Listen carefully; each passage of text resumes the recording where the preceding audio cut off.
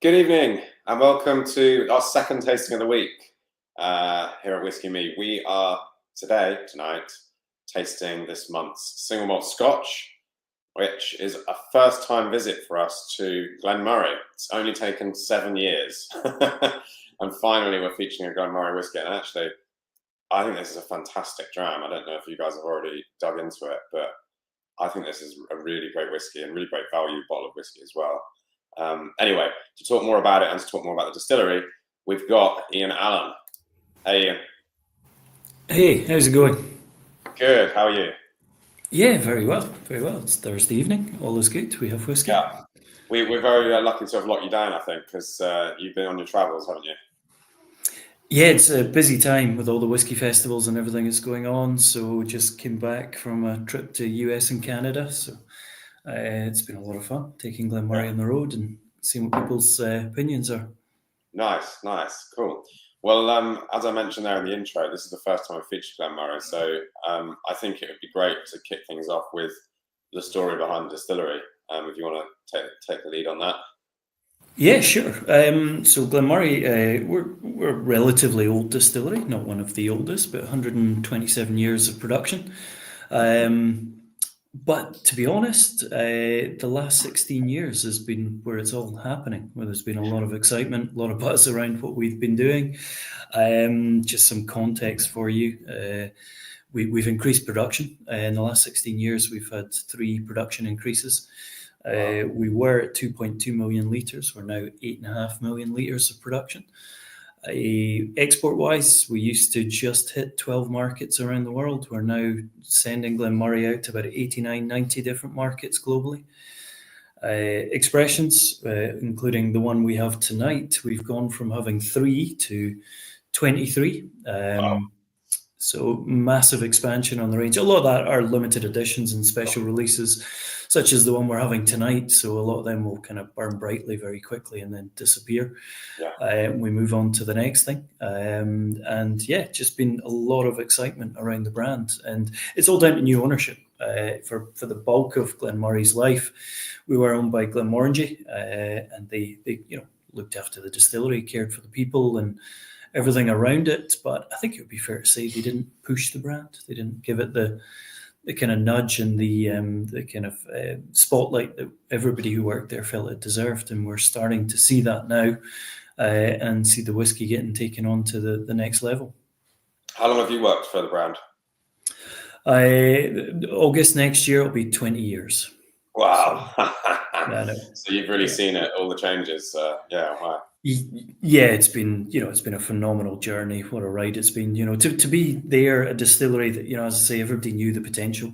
We all knew what it could do. We knew what it was about. It just kind of felt like it just needed that little kind of somebody to get behind it. And to be a part of a distillery with such a long history, because okay, fair enough, I'm kind of maybe potting the history a little bit by saying it's all happened in the last 16 years. It's all really kind of been developed in the last 16 years. There was clearly things happening and, people behind the brand and, great managers and everything else.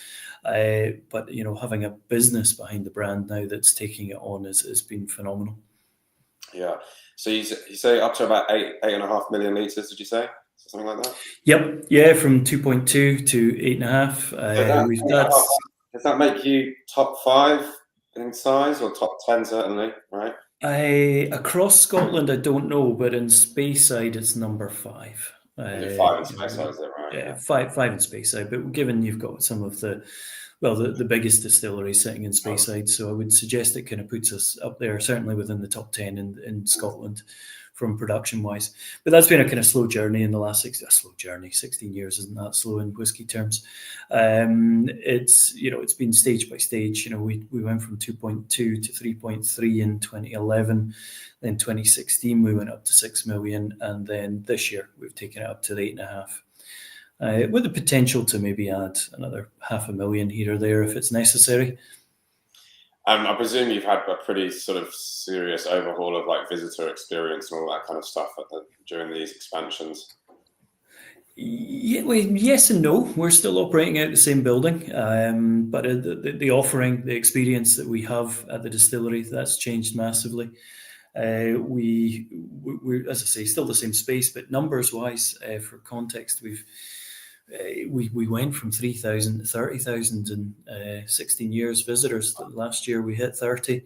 And we've added an additional tasting space. So we had the old customs officer's house on site, which was a residential property, which we kind of reclaimed back into it was part of the business, but it was rented out. So we've taken that back in-house, and we've made a private tasting area.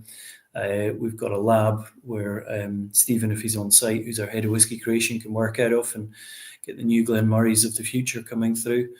And we've got a nice kind of lounge area where we can do informal tastings. But the main visitor centre, despite a few kind of licks of paint and little bits of changes of furniture here and there, it's pretty much the same building that's been there for the last, we celebrated the 20th anniversary of that in June this year. So it had its birthday as well.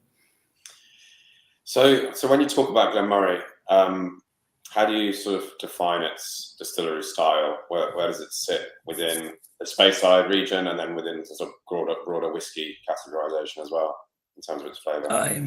That's a great question. That's what we've been trying to work out. But as far as the spirit character, it is very much a traditional Speyside spirit. It's got that lovely kind of sweetness to it. It's gentle despite having a kind of versatility to it, a certain robustness built into the spirit through different kind of tweaks in the production process and how we operate. So it's the spirit character is very traditionally Speyside. In terms of where we fit in, what our USP is within the kind of broader whiskey category. Our tagline, the marketing have attached to us as a distillery is Cask Explorers since 1897. And that's really kind of what we're about is cask exploration. We have this wonderfully sweet spirit, but it's robust, and we lean into that robustness quite heavily to the point where I can't say with absolute cast iron guarantee, but I can say with probably a fairly decent amount of confidence that we probably have more cask variety in the warehouse than any other distillery in Scotland. And it's a pretty bold claim, but the ones that come off the top of my head, we've got the complete range. We're going to be trying one of these tonight, but we've got the complete range of sherries. So we've got Oloroso, Fino, Pedro Jimenez, Palo Cortado, Manzanilla, Amontillado. We've got a kind of whole gamut of different wines. So we've got Burgundy, Chardonnay, Chenin Blanc, Cabernet, Tokay, Sauternes, Barolo, Amarone, Rioja that we've just released this year, orange wine casks. We've got cognac, brandy, rum agricole, tequila, mezcal, beer casks. We did have cider casks, but the SWA didn't like us having those, so they had to disappear. Kind of not quite hot off the press kind of news for you guys. We've kind of been gently introducing it to people, and of course, this one I had to take to Canada with me. Early next year, we're going to release a maple syrup cask. Which we're not going to call whiskey because we got into trouble for that once before. So we're going to call this one a spirit drink. But to all intents and purposes, as long as nobody from the SWA is listening, it's pretty much Glen Moray spirit whiskey in a maple syrup cask. So that's what we're about. That's what we're trying to do. And, that's not just new. That's not just us looking for a USP and trying to do something different. If we look back through the history of Glen Moray, recent history and long history, we've got the original handwritten ledgers from the distillery's inception. First couple of years, we were filling weird and odd wine casks back then, which wouldn't have been the norm. So we're tapping into a spirit character that suits cask variation. It's versatile, so why not try it? And we're also tapping into a bit of our history and legacy and traditions by now actually releasing them, because we've always had these casks. We just weren't releasing them under the Glen Moray brand. We were either selling them to independent bottlers or blending them and losing them somehow or another. Yeah. Maple syrup cask. I've never had a Scotch aged in maple syrup cask. I don't know if anyone's actually done that before. You're probably the first. But I've had a couple of bourbons.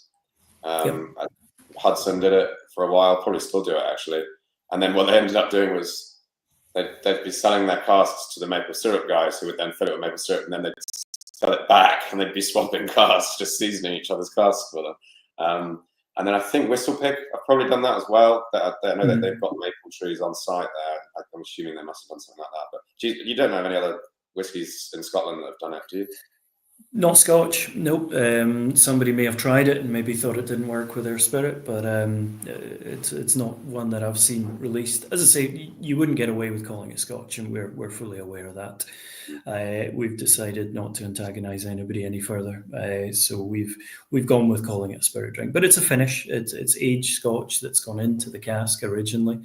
In fact, it's going to be 2 single cask releases. One is going to be peated and one is going to be non-peated. And for me, the peated one is a stunning drink. It sounds like bacon or something. Yeah, it does, because of our peat, because of the peat that we have. It's got that smoked meat character, so it does lend itself to that kind of pancakes and bacon, smoky bacon drizzled in maple syrup as a tasting note.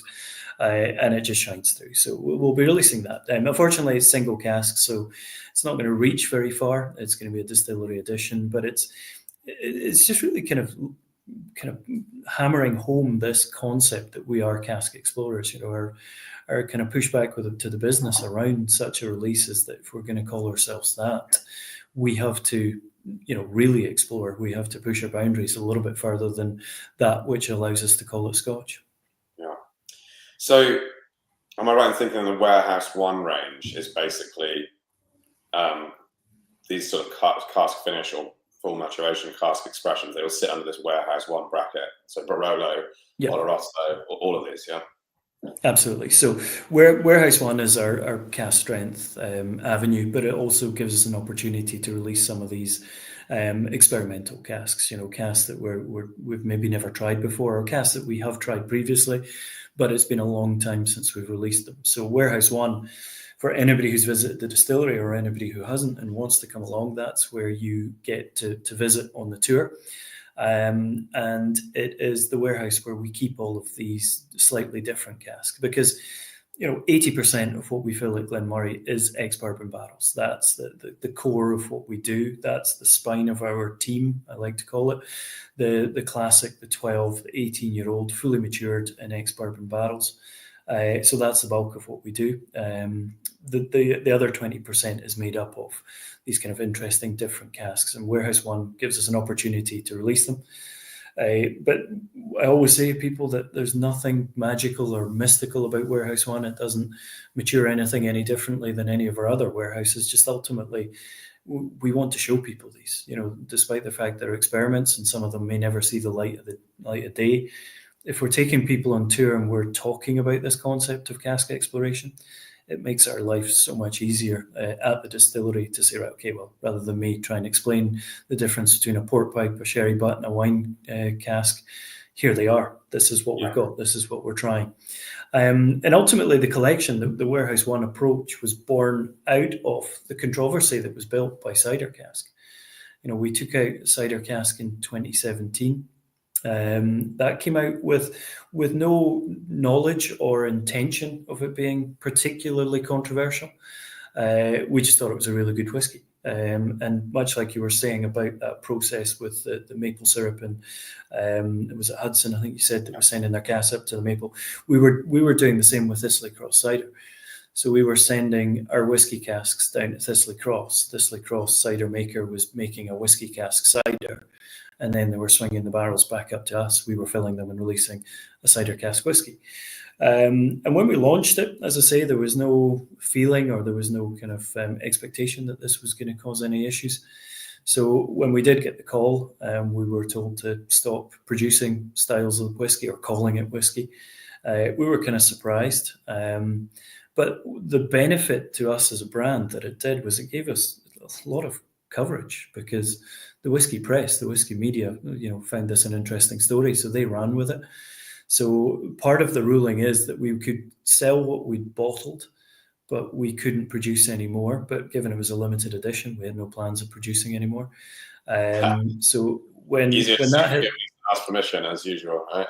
Exactly. So when that hit the press, it was our fastest selling limited edition we've ever done. So it's all it flew gone, off is the it? shelves. Yeah. Yes, it's all gone. It's all disappeared. So ultimately, that gave the marketing team understood and realized, that there's mileage in curiosity, in difference, and something that stands out. So we used to call it the Curiosity series. We felt we'd kind of painted ourselves into a little bit of a corner with the naming of it as Curiosity, because ultimately what we started to release were some casks that were curious to Glen Moray, but not necessarily curious to the consumer within the whisky territory. So we switched the name. We moved it from 46% as well into a cask strength release, because we didn't have cask strength releases in the portfolio. So it was kind of rebranded as Warehouse One. It's been like that for the last 4 or 5 releases have been Warehouse One, as opposed to Curiosity. So it was born out of that. Cider was really the impetus and the kind of push behind it. So what exactly was the SWA's problem with cider casks? So the ruling, or the terminology within the Scotch Whisky Act, is that it must be a cask of traditional style. Now, that doesn't direct at Scotch whisky. That directs at the previous producer. So if cider casks had typically and traditionally used oak casks, then there could have been an argument for it. So the rulings are, there are a number of casks that are kind of, the diktat is there. They can tell you can't use them. You're not allowed to use drinks, stone fruit drinks. So we couldn't use an apricot brandy, for example. So that's always there and told to us. But there are 1 or 2 areas that are grey areas. And until the precedent has been set, which we did with cider, so then a statement is released, you can't use cider casks. And there's also a slightly more ethereal concept of flavour. Does it remove the flavour of whiskey too much, or does it move the flavour too far away from a typical Scotch whisky? Are you losing the character and profile of a single malt Scotch whisky? Yeah. So we kind of we fell under those rulings that are loose enough to allow some level of experimentation, but tight enough that they can pull you in if they think you've done something that stretches it a little bit too far. So what's your thoughts on tequila casks then? Because clearly there's no historical precedent for those. That doesn't really make sense, and yet they're permitted, right? Yes, so they came through as a ruling in 2019. So prior to 2019, tequila and mezcal were not permitted, along with Calvados, for example. Calvados wasn't permitted. In fact, I'm pretty sure, don't quote me on this, but I think Aaron had released the Calvados cask and they fell under the same ruling as we did with cider, but Calvados has now been permitted. So while the precedent is set, doesn't mean they're set in stone, so they can revisit them and make announcements. And some of it is lobbying, because the SWA is a membership program. And there are some larger, richer investors within it, bigger companies that possibly have tequila within their portfolio and want to tap into the cask. I'm maybe being cynical there, but those kind of things can happen, and that gets it pushed through for whatever reason. So, but I'm glad to see changes. Changes is good. Change is good in the industry, and if it allows without detrimentally affecting Scotch whisky, I think it's a good thing. So always happy to see somebody lobbying for slightly different casks, because ultimately the change in the ruling with tequila is not going to have every distillery emptying their warehouses to replace them with tequila casks. These are going to be small batch, limited releases, maybe an addition to a core range, but not change the direction of travel for every distillery. Sure. So you mentioned the best way to understand all these casks is to go through Warehouse One and point out the barrels. We can't do that, clearly. But perhaps you could sort of virtually talk us through maybe just the difference between sherry casks. Obviously, we're going to talk about the Oloroso Warehouse One, because that's what we're tasting. But maybe just in your mind, how Amontillado, Palo, Fino, etc., all sort of differ from this, where you kind of see them fit in a sort of flavour map. Yep. So, the different, for many years, I've always said that the whiskey industry has been a little bit ignorant towards sherry, because you've been able to buy a sherry cask whiskey for years. But that tells you nothing, because sherry casks is a category. That there's a lot more to sherry than just sherry. So, whether we utilize an Oloroso or a PX or a Amontillado or Manzanilla, we will get a very different flavor profile. In its simplest terms, when we use Manzanilla, it was like salted caramels. We had a Warehouse One Manzanilla, which was a stunning dram. It was beautiful. It was quite elegant. It hinted at what the intensity of the likes of an Oloroso could bring to the table, but didn't do so in such a heavy-handed manner that Oloroso and PX can sometimes do.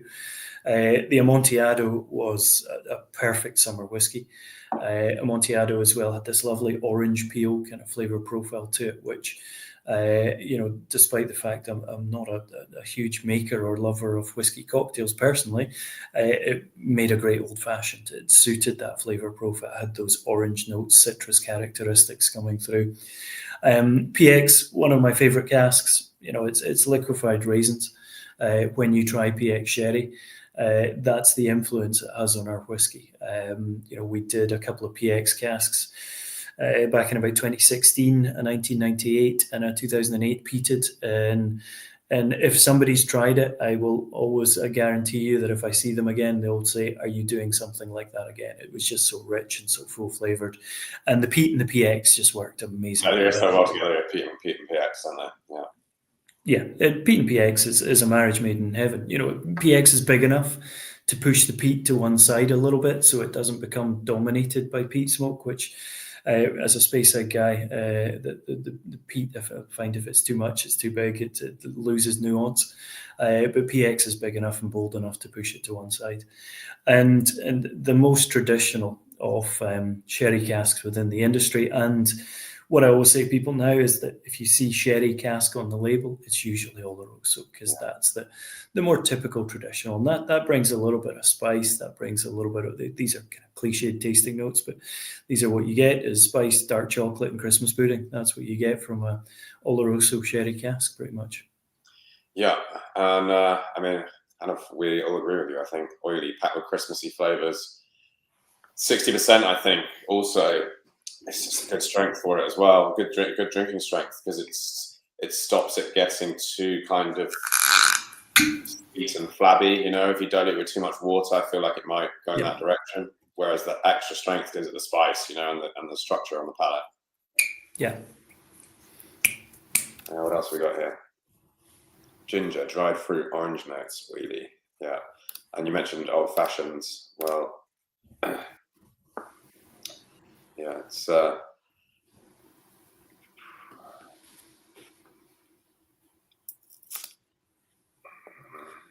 it's good to revisit this one. At the distillery, we've been sold out of this for a little while now. And on my travels, for the first time ever, I managed to, beg, borrow, and steal from our archives and from our sales team a complete collection of Warehouse One. So we went through all 9 of them at a masterclass at Whiskey Fest in New York. So I had the fear that doing 9 cask strength whiskey could get quite messy. But everybody was quite well behaved and tempered their approach to it. And it was lovely just to go through it. And a lot of the time when you're setting up a tasting, one of the considerations that you've always got to look at is flavour. You kind of want to start in the lighter end of the spectrum and finish at the bigger, bolder end. And I made the decision that we would just taste them in the time that they were released. So from the first release to the most recent releases. And that was kind of interesting because it was a tasting that was quite up and down in flavour in terms of the density and thickness of flavour. And this one sat somewhere in the middle. And this is quite a big, bold whiskey to put in the middle of a tasting when you've got maybe some lighter expressions following up. And as you say, it's 60%. Whenever we're picking a cask strength whiskey, the strength is the final consideration. It has to, if the strength is a consideration, if you're focusing on it, if you notice the strength, if that becomes a key point in the discussion when we're looking at these casks, then it's clearly not good enough to be released as a cask strength. It's the strength should ultimately come through in a check before we're ready to bottle. And with this one, we were all surprised. It was like 60%. Wow, we didn't feel it felt 60%. There's enough flavour. There should always be the flavour to balance with the alcohol strength alongside it. Yeah, for sure. So yeah, what age is it approximately? This is 8 years old. So it's first fill Oloroso casks. And with this one, the consideration here was within Warehouse One, we have an Oloroso as part of our core range. So our sherry cask is part of our Explorer or Classic collection, our kind of entry level. It's Oloroso finish. So with this one, what we'd realised that we hadn't released a fully matured Oloroso in 15 years from the distillery. Everything we'd done was finishing. So the consideration here for Warehouse One was, well, let's see what we've got. We looked for the biggest, the boldest, the kind of the most cliched of Oloroso sherry casks. We wanted to bring those typical flavour notes of dried fruits and Christmas pudding and ginger and orange peel and everything that the folk have been putting up on screen. That's what we wanted from this. And as I say, the 60% 8-year-old, that wasn't such as important, but that's what we felt was the kind of whiskey we wanted to bring out. I mean, at 8 years old, it feels like it's complete, right? You're not absolutely wanting for anything in it. It's certainly got plenty of character coming through from the sherry and the cask. I mean, I guess that's what you get with first fill, right? It's potency, Yeah, and sometimes with sherry casks, love it or loathe it, you can get an element of sulphur coming through. This one isn't on that scale. The reason we wanted to avoid that, because personally, I'm in the sulphur camp. I like a little bit of sulphur in whiskey. I think it gives that nice dirty edge, as long as it's not too overpowering, as long as it's a tasting note and not the dominant feature. Yeah. But we'd done a Chenin Blanc that was slightly sulphury, and we kind of didn't want to be doing sulphured whiskies like one after the other. So we looked for a sherry cask that didn't have that element to it. I think that just gives it that lovely fruitiness, whereas a bit of sulphur would have dirtied it and given it an earthier, smokier style. Yeah. Cool. Well, look, I mean, it's perfect time of year for this whiskey, I think. I think I might be drinking it over the Christmas period because it is delicious. And it definitely fits with, warm fires and dried fruits and nuts and all that kind of Christmassy festive stuff. So yeah, fantastic. Absolutely. Yeah, like you, I'm a great believer in the seasonality of whiskies, and it immediately evokes a moment. As I said, the Amontillado was very summery. This is very much a Christmas whiskey, big sherry flavours. Yeah. Cool. Ian, thanks so much. Appreciate your time for coming and speaking to us. Pleasure. All right. Thanks for the invitation. So cheers. Slange.